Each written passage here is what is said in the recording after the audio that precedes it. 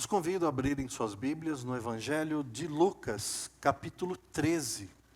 Evangelho de Lucas, capítulo 13.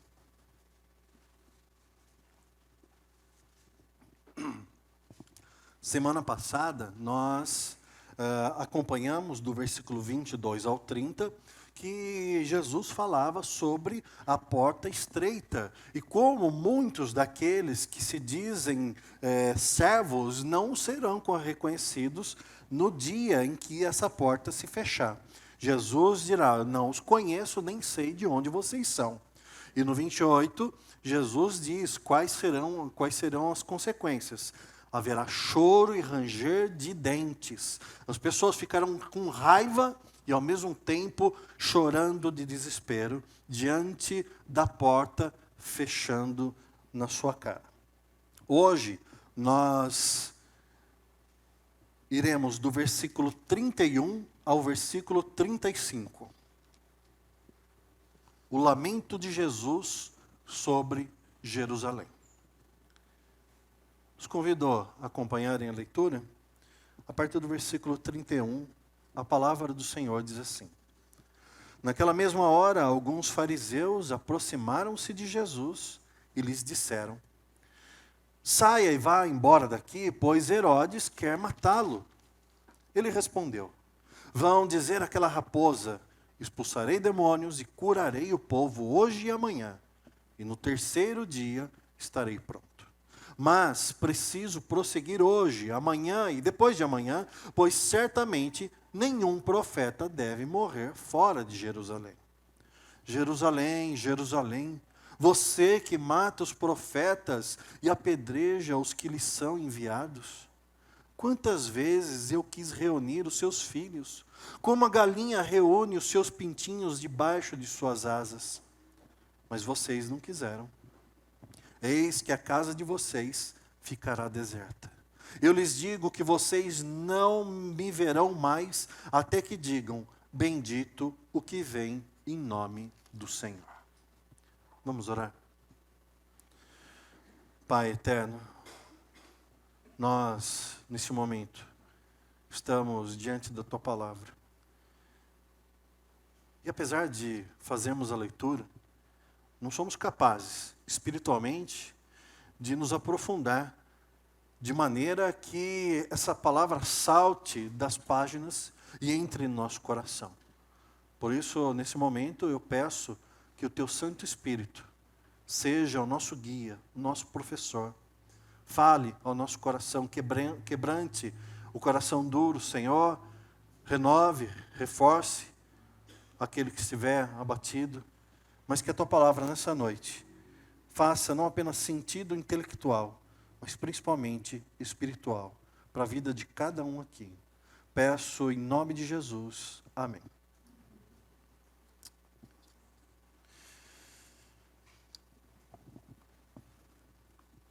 Eu tenho 3 filhos.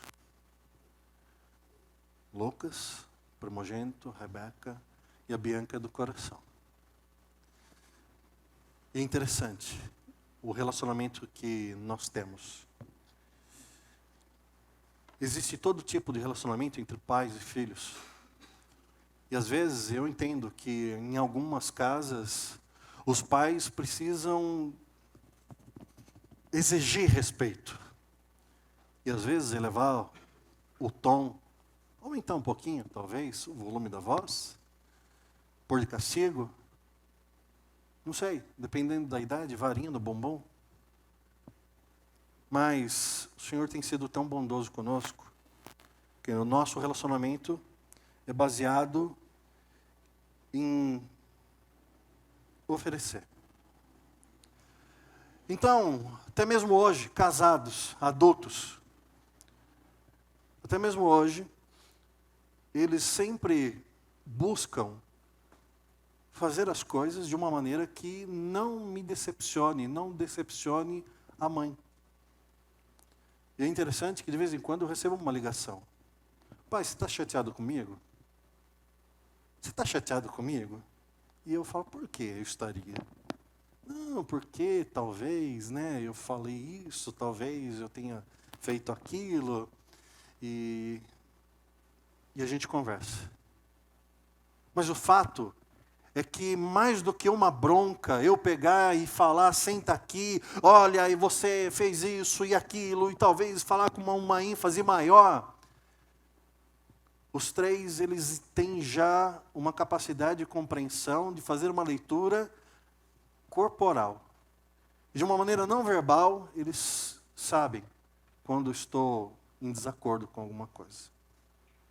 E o fato é que mesmo eu não precisando falar, olha, não faça isso, o desejo do coração deles em me deixar feliz é suficiente para que eles refaçam, ou se for preciso, peçam perdão.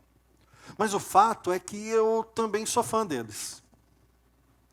E eu tento me esforçar todos os dias para não decepcioná-los de forma alguma. Mas não tem como. Sou pecador. E de vez em quando, dou aquela pisada na bola, né? E aí eu preciso também chamá-los e dizer, olha, você está triste comigo? Me perdoa. E a verdade é que são poucas essas vezes, tanto de uma parte quanto a outra, mas quando acontece, o sentimento é um só, lamento.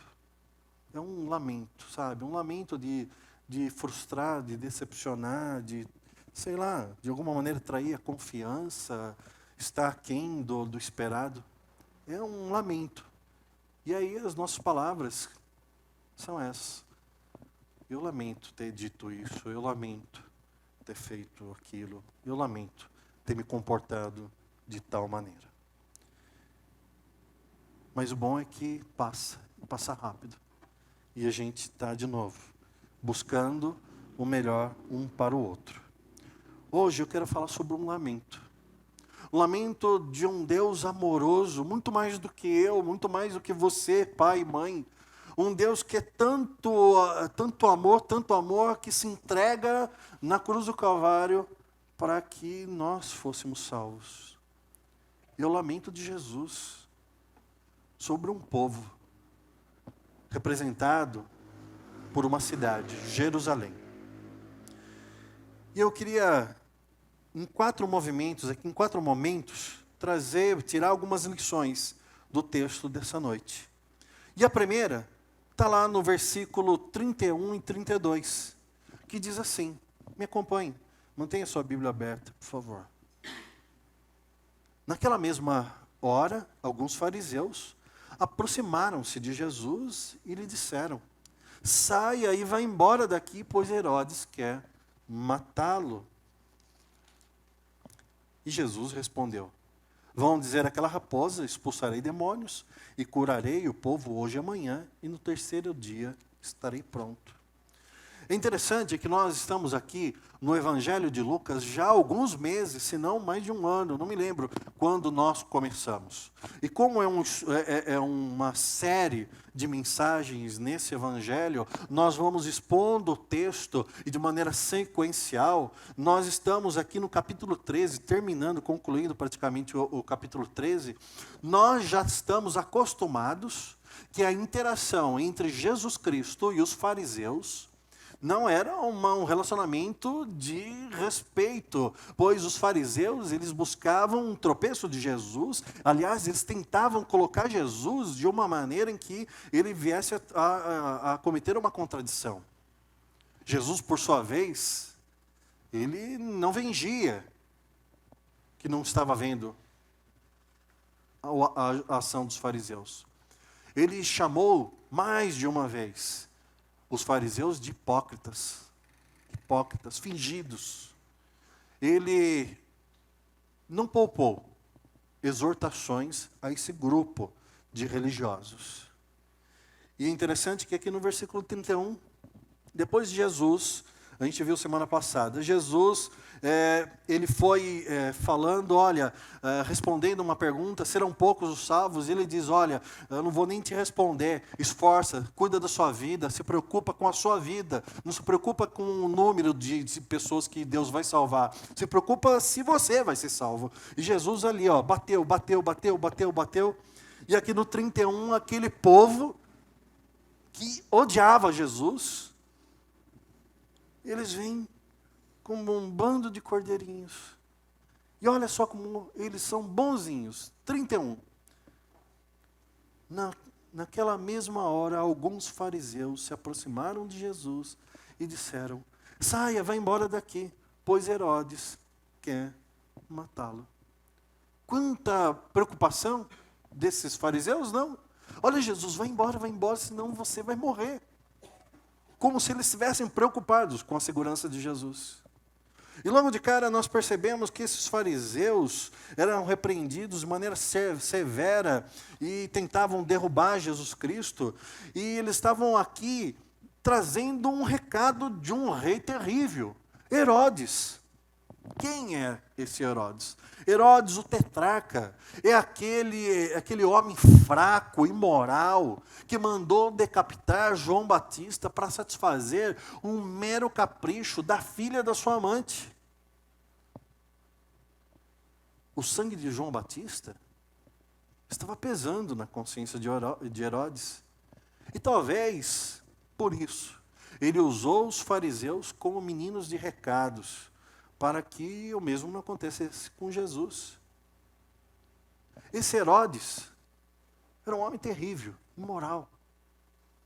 E é interessante que os fariseus, homens cheios supostamente de virtudes, eles não tiveram a mínima dificuldade em fazer aliança com aquele Herodes terrível que mandava perseguir os judeus.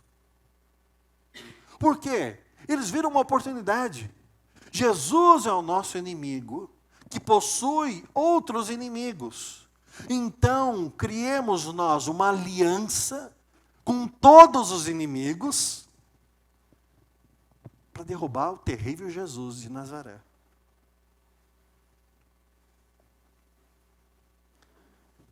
E aqui, já temos algumas lições.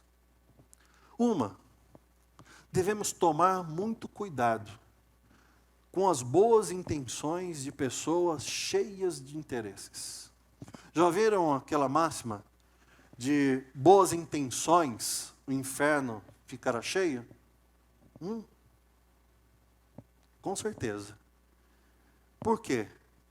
Muitas pessoas têm ótimas intenções, mas elas as têm por interesse próprio. Tome cuidado. Tome cuidado com os interesseiros.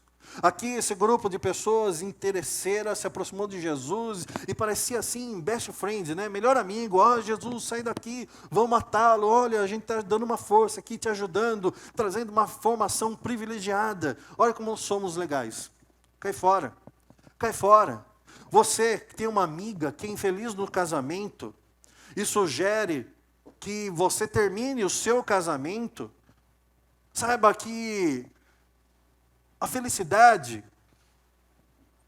é uma afronta para esse tipo de pessoa. E ela só será feliz de verdade quando a desgraça à sua volta será completa e ela estará então entre iguais, desgraçados. Tome cuidado com um colega de escola, os mais jovens, que incentiva a trapaça. Sugere que você cole nas provas. Sugira para você que você se rebele contra os seus pais.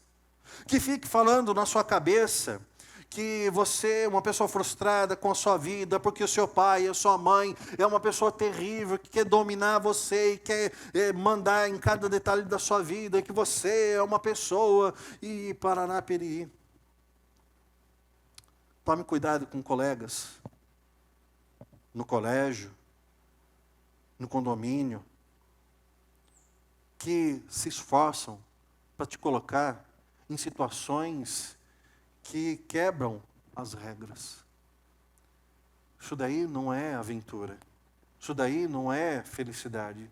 Isso daí é simplesmente pecado. Tome cuidado com esse tipo de pessoa. Tome cuidado com uma pessoa religiosa. que apresenta regras e mais regras, costumes, leis sobre os demais, mas ela mesma não cumpre. Ela mesma não segue o que orienta as outras pessoas a fazerem. Tome cuidado com esse tipo de gente, pessoa religiosa, que não tem intimidade com Deus, mas é tolo o suficiente para achar que pode comprar essa intimidade com rituais. Sai de perto desse tipo de pessoa. Tome cuidado com aqueles que te aconselham mal, dizendo que é para o seu bem. Provérbios 27, 6. Quem fere por amor mostra lealdade, mas o inimigo multiplica beijos. Vimos ontem, nas ladies, né, Aninha? Então é melhor ter gente perto de você, que muitas vezes vai falar uma verdade que vai te machucar, do que ter gente perto de você que vai ficar bajulando, falando coisas no seu ouvido que você quer ouvir. Tome cuidado com gente enganosa, porque essas pessoas, elas não te amam, elas não querem o seu bem. Lembre-se da proposta do diabo, lá no Éden, e como Adão e Eva arruinaram suas vidas ao aceitá-la. Lembrem-se que a mesma proposta foi feita pelo diabo, por Satanás, a Jesus no deserto. E apesar da fome, do cansaço, o mestre se manteve firme e não aceitou um bom conselho do diabo. Logo no começo, nós percebemos que, de fato, o inferno estará cheio de boas intenções e, obviamente, de pessoas bem intencionadas. Mas saibam vocês que as pessoas bem intencionadas de verdade não são aquelas que te enganam, mas são aquelas que fazem por você. Aquelas que você conhece ao longo da trajetória da sua vida. Muitas vezes, elas vão errar, elas vão pisar na bola com você. Mas, num todo, você sabe que elas te amam. Aqui Jesus simplesmente não cai nessa armadilha. Ele responde para aqueles fariseus, no versículo 32. Vão dizer àquela raposa. Eu não sei, né? Jesus, quando eu falo assim, Jesus, o que vem à mente de vocês? Qual é a imagem? Aquele Jesus renascentista? Hã? Aquele Jesus europeu? Hã? Cabelo, shampoo, lavado com shampoo seda, brilhoso, aquela coisa. Hã? Aquele Jesus, muitas vezes, coitadinho. Jesus, coitadinho, acuado. Como que é? É estranho. Nós vamos para o Evangelho, nós vemos Jesus se dirigindo ali a homens poderosos, posição política e com bastante dinheiro e chamando de hipócritas. E aqui nós temos uma coisa que é diferente até. Jesus diz para aqueles fariseus, vão dizer aquela raposa. Jesus chama Herodes de raposa. Raposa. E qual era a intenção? Raposa era um animal desprezível. É aquele animal sorrateiro que entrava no abrigo das criações, dos rebanhos, e ali comia a galinha, comia o animal, roubava, matava. A raposa era considerada um animal astuto, no pior sentido da palavra. E aqui Jesus diz, Herodes é uma raposa. Ele é vil, ele é desprezível. Vão dizer ao chefe de vocês, porque vocês não me enganam. Vocês, e ele é assim, vocês estão aqui trazendo um recadinho dele. Vai dizer para o chefe de vocês, aquela raposa, que eu não aceito os bons conselhos que vocês me trouxeram. E aqui nós partimos para o versículo 33. E no 33 diz assim, mas Jesus continua dizendo, preciso prosseguir hoje, amanhã e depois, pois certamente nenhum profeta deve morrer fora de Jerusalém. E aqui nós percebemos o quê? Que Deus tem um controle absoluto sobre a sua agenda. Não é difícil de perceber que os inimigos brotavam, se multiplicavam no ministério de Jesus. E aumentando o fã-clube para tentar derrubá-lo. Os inimigos juntavam-se com outros inimigos e formava lá um fã-clube infernal, tentando destruir Jesus. Mas Jesus tinha pleno controle da sua missão. E é interessante que ele não tinha medo desses inimigos. Ele não fazia acordo. Quando era pressionado, ele não se acovardava diante das ameaças. Ele sabia uma coisa, que ele tinha uma missão. E a missão que ele recebeu foi dada pelo Pai. E aquela missão iria se cumprir de um jeito ou de outro. E sem a permissão do Pai, ninguém tocaria em um fio de cabelo da sua cabeça. Jesus sabia o propósito para o qual foi enviado à terra. Algumas pessoas tentaram atrasar o ministério dele. Outras pessoas tentaram acelerar. Porém, cada dia era planejado.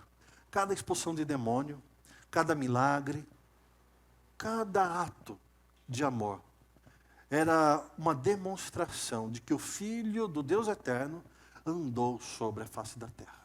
E era também uma demonstração que, apesar dos milagres e de tudo que ele fez, de toda a sabedoria que aplicou em suas palavras, o fã-clube dos bem-intencionados crescia a passos largos. E aqui, nós já temos algumas lições que poderemos pensar um pouco. Uma, nós não sabemos exatamente como tudo acontecerá no nosso futuro. A gente não sabe. Jesus sabia. Nós não sabemos. Mas a falta do conhecimento do futuro não deve ser um obstáculo para que não façamos o que devemos fazer hoje.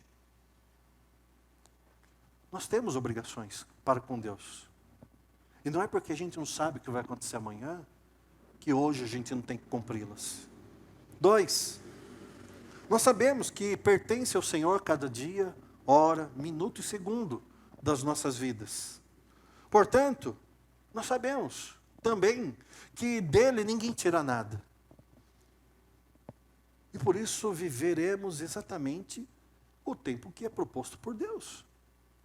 Nem um minuto a mais, nem um minuto a menos. Quando essas pessoas tentaram encurtar o ministério de Jesus, ele disse, não é chegado o tempo. Quando eles tentaram esticar, não.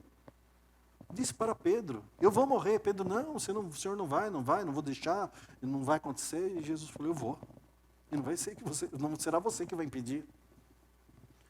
Nós sabemos que a agenda de Deus, ela se cumprirá. Apocalipse 1:7, por favor.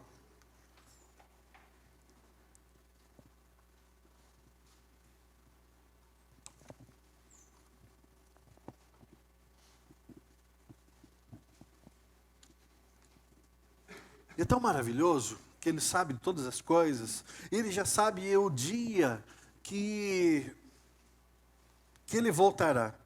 E sabe o que vai acontecer no dia que ele voltar. Melhor dizendo. Apocalipse 1:7 diz assim, eis que ele vem com as nuvens, e todo olho o verá, até mesmo aqueles que o traspassaram. E todos os povos da terra se lamentarão por causa dele. Assim será. O quê? Amém. O que é amém? Vocês falam muito amém?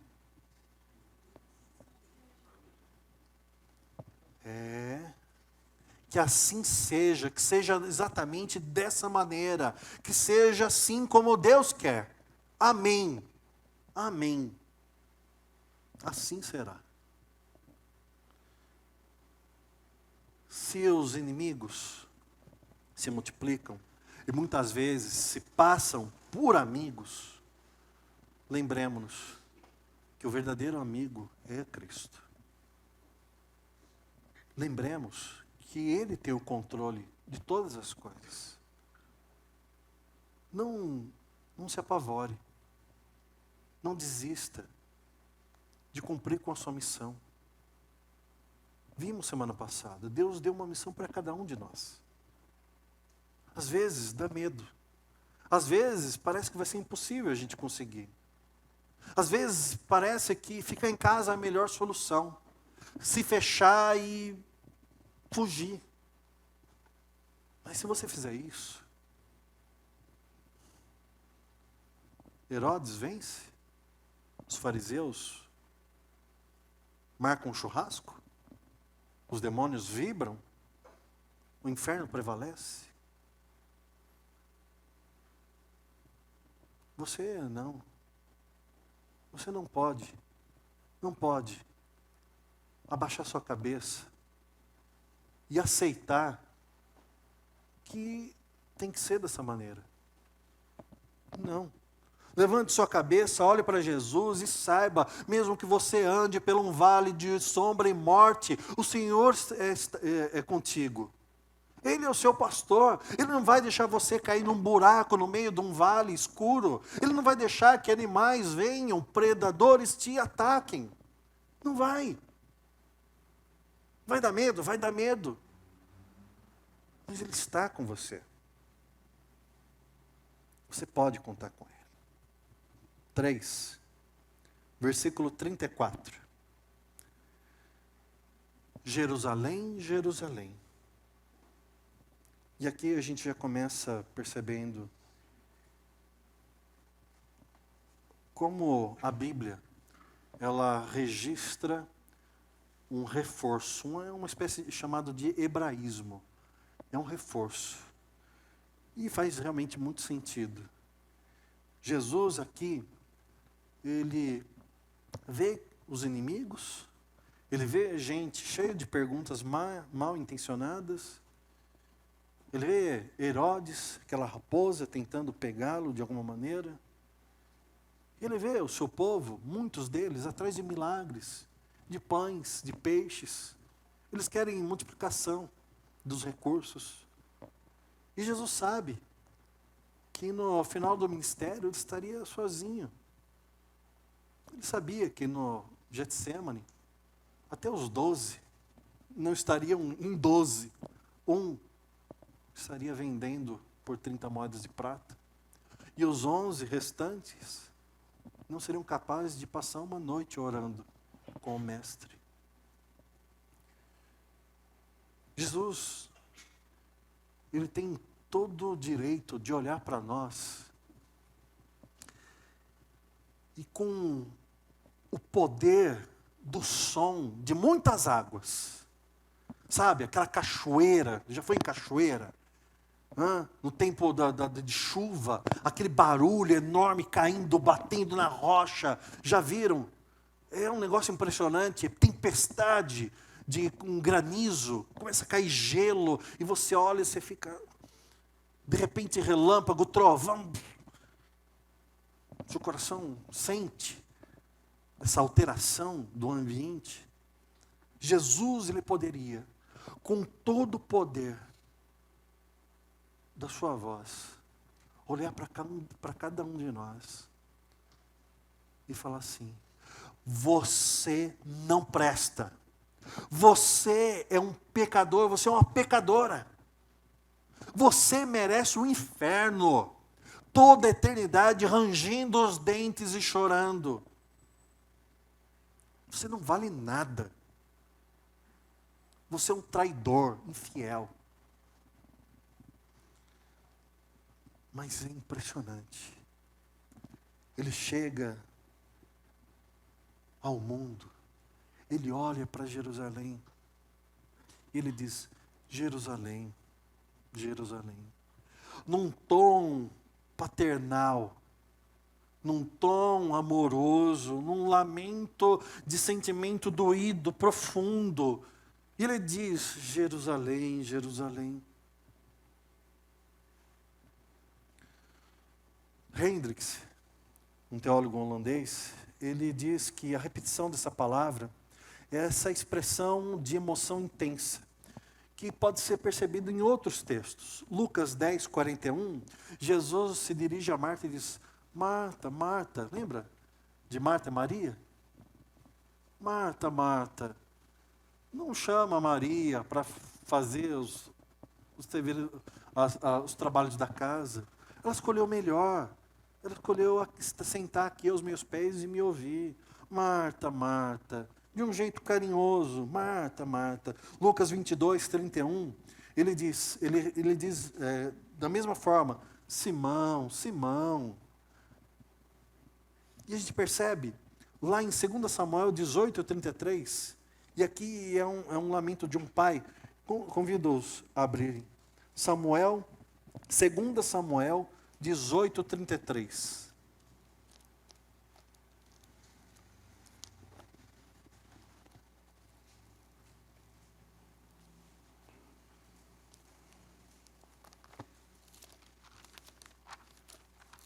Segunda Samuel 18.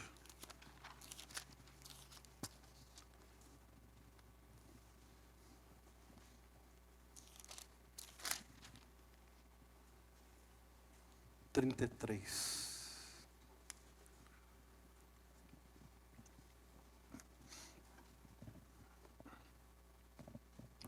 Então o rei, aqui é o rei Davi, o rei abalado subiu ao quarto que ficava por cima da porta e chorou. Foi subindo e clamando: Ah, meu filho Absalão, meu filho Absalão, quem me dera ter morrido em seu lugar. E ele completa: Ah, Absalão, meu filho, meu filho. Aqui conta a história da morte de Absalão. Davi não foi um bom pai. Mas quando ele soube da morte do filho, apesar desse filho tentar tomar o trono de Davi, tomar as esposas de Davi, tomar o reino de Davi, quando ele soube da morte de Absalão, ele lamenta profundamente a morte de Absalão. Voltemos para Lucas 13, versículo 34. É com esse coração compungido que Jesus se dirige e declara: Jerusalém, Jerusalém, você que mata os profetas e apedreja os que lhes são enviados.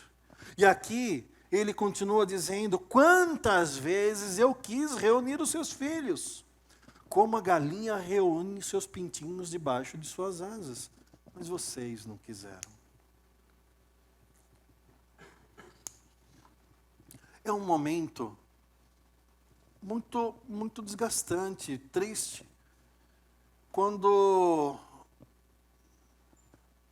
um pai, um filho, precisa sentar e olhar um para o outro e ali resolver algumas questões. É muito triste. Às vezes é uma desobediência do filho, da filha. Às vezes é um autoritarismo do pai, da mãe. Nunca é agradável. Mas aqueles que o Senhor abençoa, resolve o problema. Mas quantas vezes vocês já ouviram falar, ou se não, vocês mesmos presenciaram, situações em que você senta com seu filho e você fala: olha, mas o quadrado tem 4 lados, e o filho diz: não, mas o meu quadrado tem 3. Aí você fala: vem cá, meu santinho, ó, senta aqui, eu vou te explicar para você. Olha, o quadrado tem 4 lados. E aí a filha fala assim: pai, isso daí é antigamente, hoje é mais moderno, o quadrado tem 3. Aí você pega a caneta e um papel e você fala: vou desenhar para você. Ó, um quadrado. Aí o filho sai, bate a porta do quarto e diz assim: ah, você não entende nada.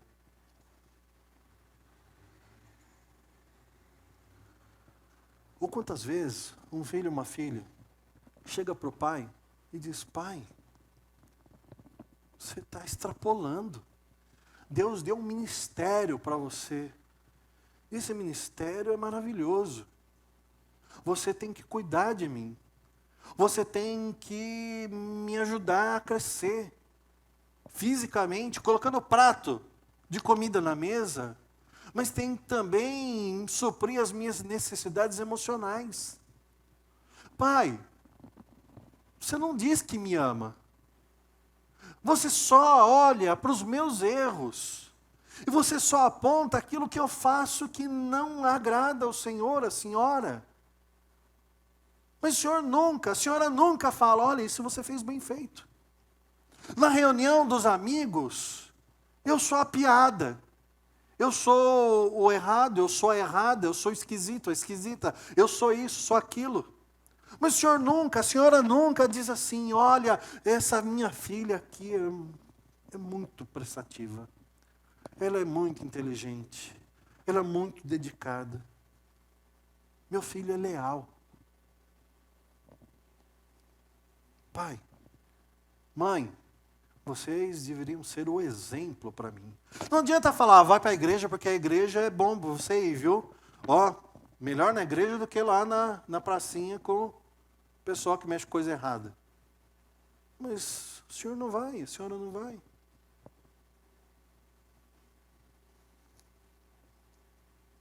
E então, o pai e a mãe dizem o quê? Faz o que eu estou mandando. É o famoso assim, faz o que eu digo, não o que eu faço. Que tristeza, que lamento mais profundo acontece quando a situação é desse jeito. Aqui no 34, Jesus, ele olha para um povo obstinado, coração duro. Duro. Não foi por falta de oportunidade, não foi por falta de ajuda. Jesus usa a metáfora da galinha. E ele diz, olha, quantas vezes eu quis reunir os seus filhos, como a galinha reúne os seus pintinhos debaixo das suas asas. E aqui, nós que somos aqui urbanos, talvez não tenhamos o entendimento completo da metáfora aqui, da analogia, mas o fato é o seguinte, quem aqui já criou galinha, já foi em sítio, o dia de tempestade, choveu, relampejou, o trovão, a galinha chama os pintinhos e põe eles debaixo das asas. Vem um predador, a galinha chama os pintinhos e esconde os pintinhos debaixo da asa. Jesus, ele ofereceu. Mas eles não quiseram.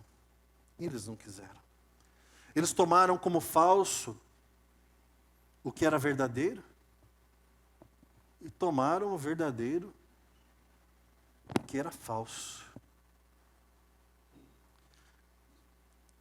O resultado de ouvir gente cheia de boas intenções e rejeitar a asa protetora daquele que realmente ama é desastroso. O falcão vem e mata. O predador vem e mata. A intempérie vem e mata.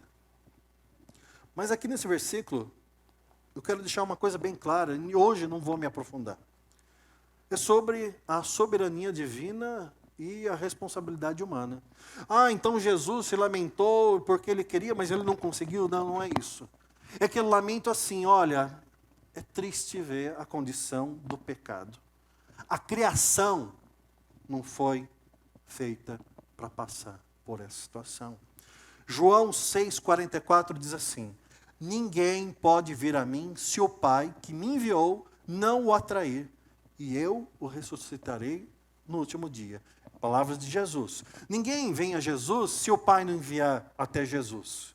Mas isso não anula a nossa responsabilidade. João, capítulo 5, 43 diz, eu vim em nome de meu Pai, e vocês não me aceitaram. Mas se outro vier em seu próprio nome, vocês o aceitarão. Então nós temos responsabilidade, sim, temos. E eu queria compartilhar com vocês algumas lições desse pedaço do texto. Uma, Aliás, são perguntas que eu gostaria de fazer nesse momento. Quantas vezes a fuga dos caminhos do Senhor foi preferida e tida como o melhor caminho a ser tomado? Quantas vezes? Quantas vezes você fugiu da proteção de Deus, achando que era autossuficiente, ou que seria mais vantajoso outros caminhos? Quantas vezes a amizade com gaviões, com predadores de sua alma, tiveram primazia em detrimento da sua amizade com Deus? Quantas vezes você não pensou, nenhuma vez, em entristecer Jesus para alegrar a si mesmo? Ou para alegrar um colega? Sofia Parada está lá embaixo? Tá, né? Ah, tá aí. Colegas, né? Colegas. Certo. Os prazeres da carne. Bebida. Glutonaria. Ganância. Avareza. Lascívia. Adultério. Quantas vezes têm sido escolhidos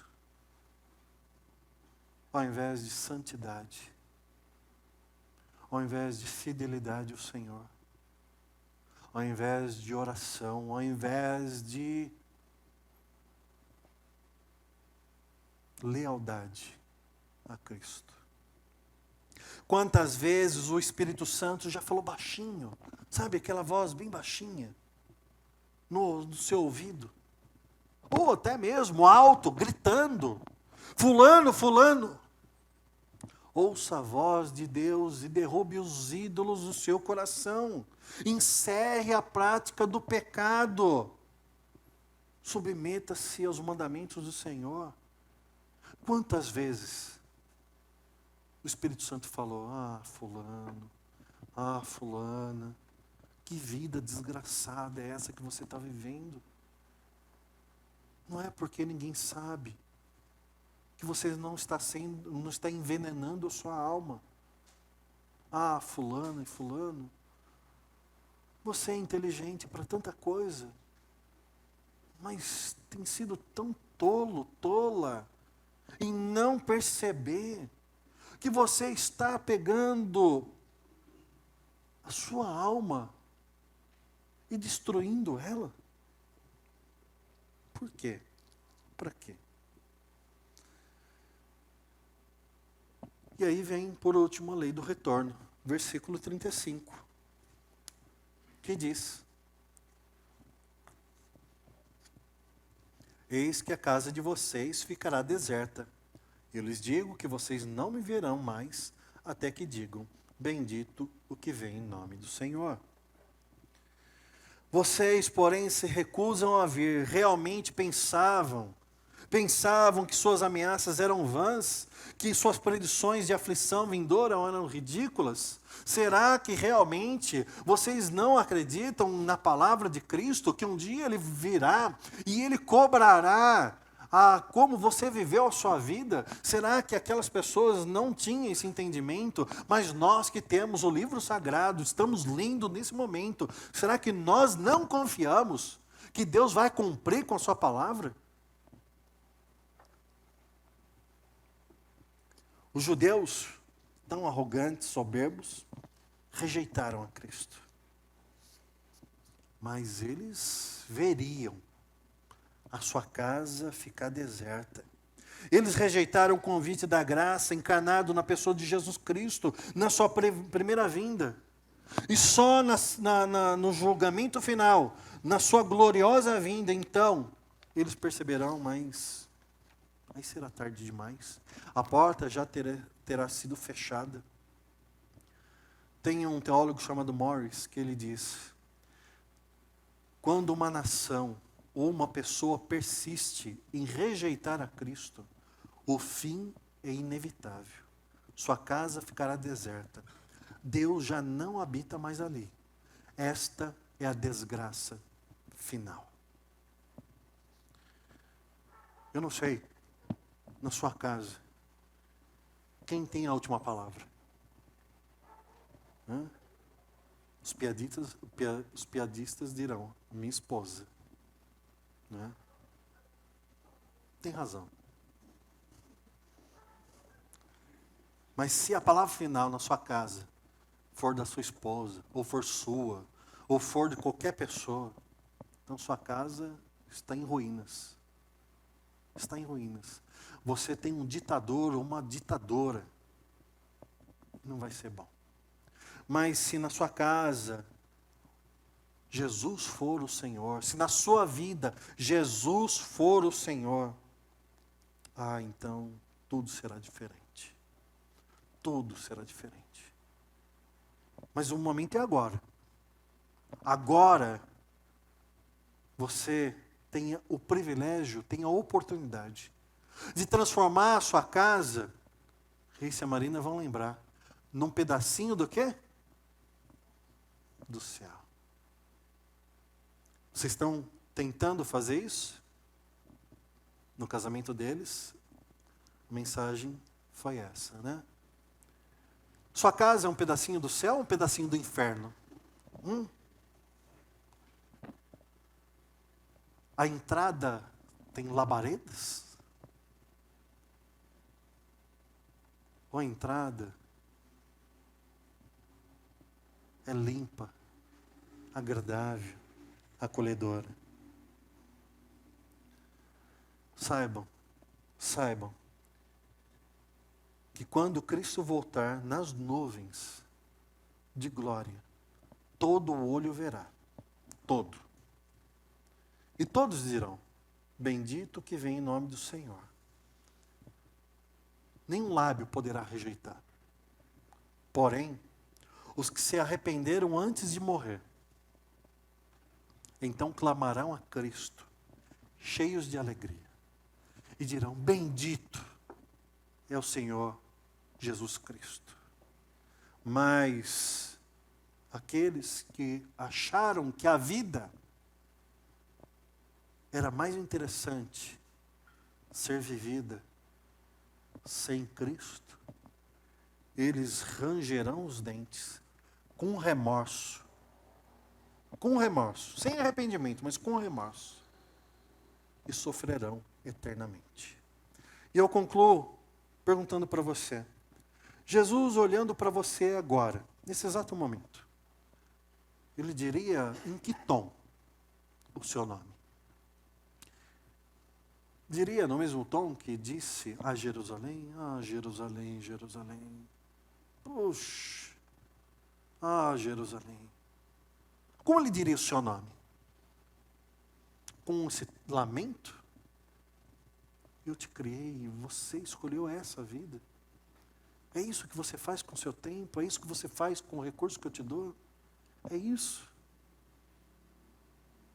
Seus amigos são pessoas terríveis, diabólicas, que dizem o que você gosta de ouvir.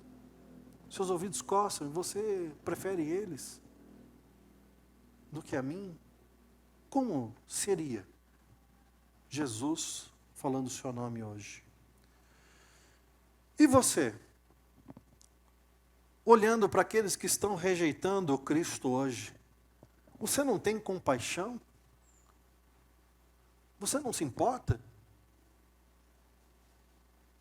com colegas, com parentes? Vovô, por quê? Já viveu tantos anos nessa terra e ainda não entendeu o mais importante. Vovó, logo é inevitável. Para onde a senhora vai viver a eternidade?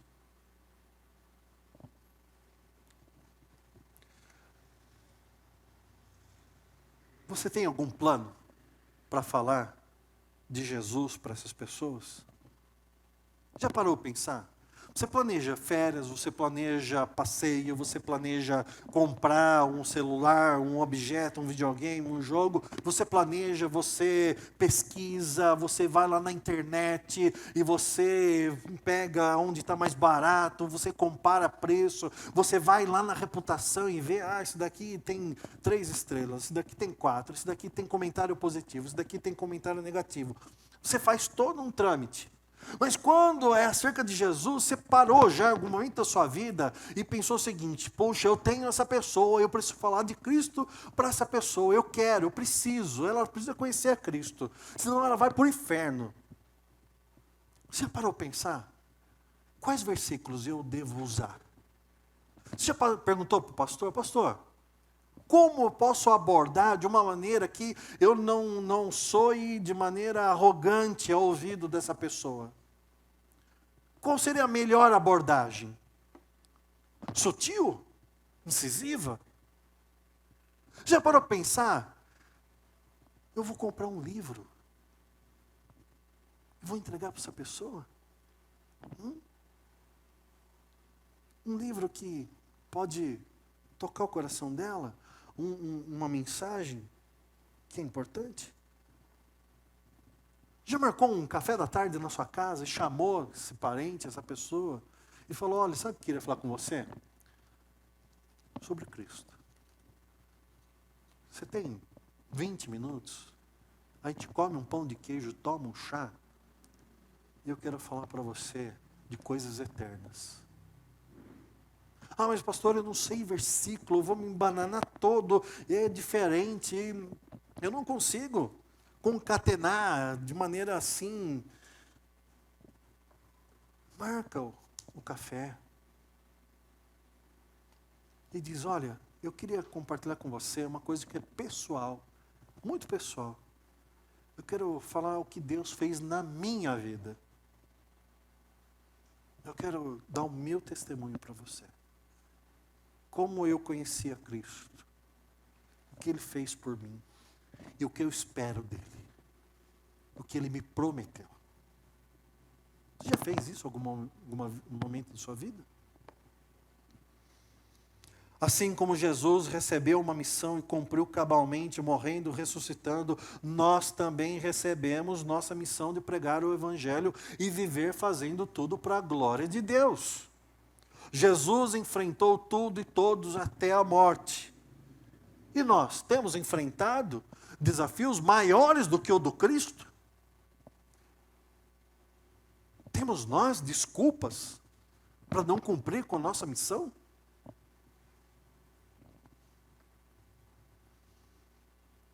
Eu não sei qual o grau de intimidade que você tem com Jesus, que você tem com Deus hoje. Eu não sei. Mas uma coisa eu sei.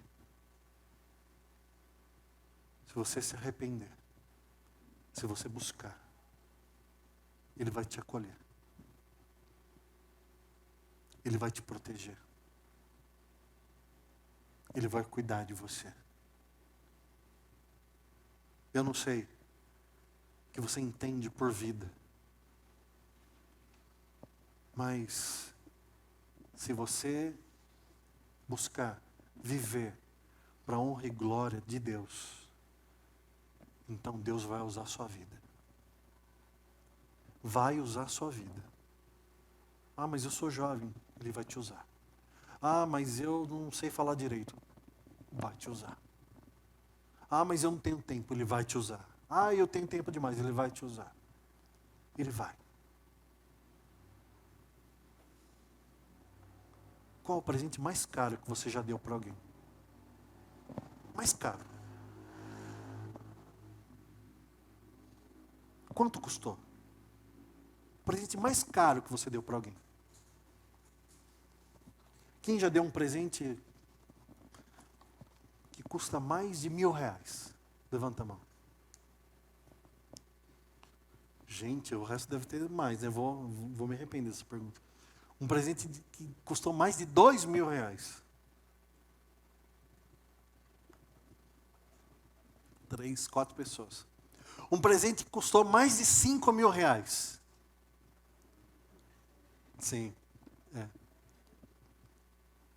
2 pessoas. Hã? Quem aqui já ganha carro? Hã?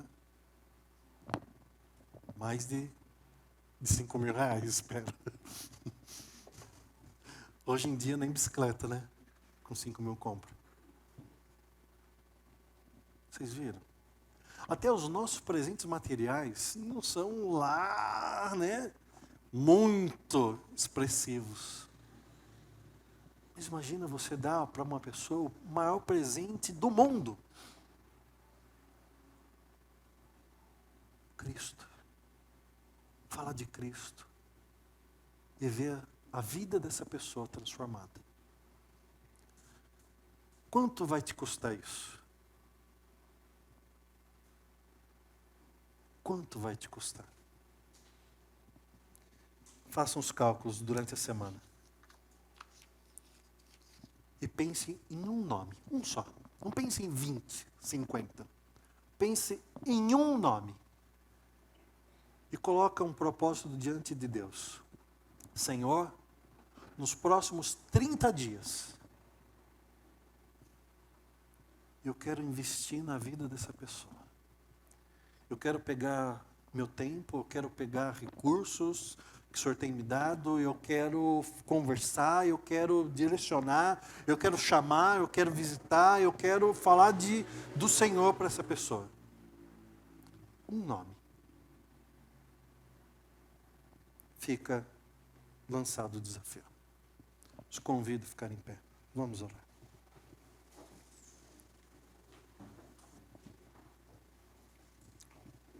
Senhor, obrigado pela Tua palavra. Nós aqui somos exortados a ficarmos alertas com aqueles que são inimigos das nossas almas, mas se passam por amigos, Deus. São lobos devoradores no meio das ovelhas, são pessoas que se aproximam de nós, às vezes em momentos em que estamos fragilizados, são pessoas que estão no nosso cotidiano, que vemos de maneira assim tão constante, que nos acostumamos com elas, e aí nós entregamos o nosso coração, nós confiamos nessas pessoas, mas muitas vezes elas são instrumentos do diabo.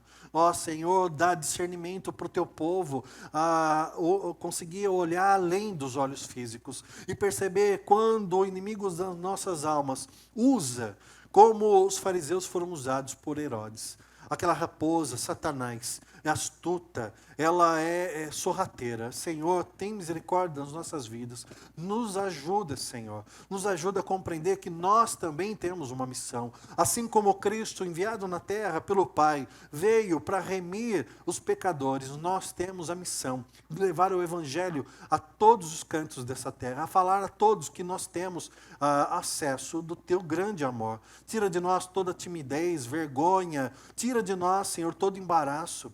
Se houver pecado, Senhor, quebranta o nosso coração, que haja arrependimento verdadeiro mesmo, Senhor, para que possamos não ser envergonhados pelo diabo e falar sim para as pessoas, eu não sou perfeito, mas eu busco a santidade, e o Senhor é misericordioso, Ele perdoa, e não a mim, apenas a mim, mas Ele perdoa você também, se arrepender de maneira verdadeira.